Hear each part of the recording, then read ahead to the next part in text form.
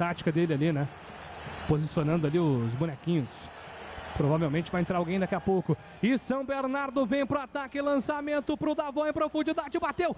Vinhas! A bola voltou para Igor. A batida na casinha.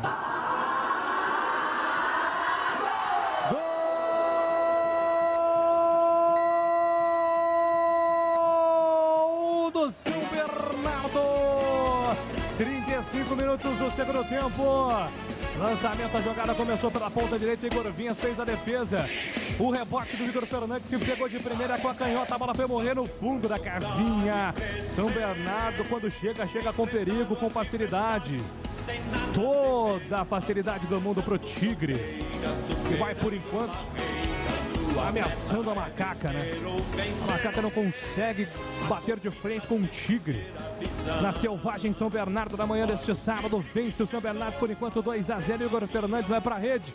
2-0 em vantagem o Tigre. Lupe. O detalhe do gol fica por conta da construção da jogada do lado direito entre Paulinho Mocelin e Matheus Davó. A Ponte Preta pediu impedimento do Davó, tanto é que o gol está sendo checado neste momento pelo VAR, porque o Davó bateu, o Igor Vinhas defendeu.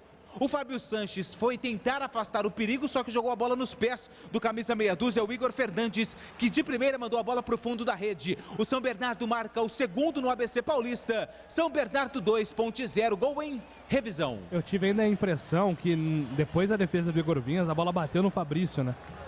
Por isso que ela voltou. Então no Fábio Sanches, ele que joga a bola pro Igor. Pro Igor Fernandes, né? Então assim, uma conjunção ali de erros do sistema defensivo da Ponte Preta, coroando o São Bernardo com o segundo gol, que está sendo revisado.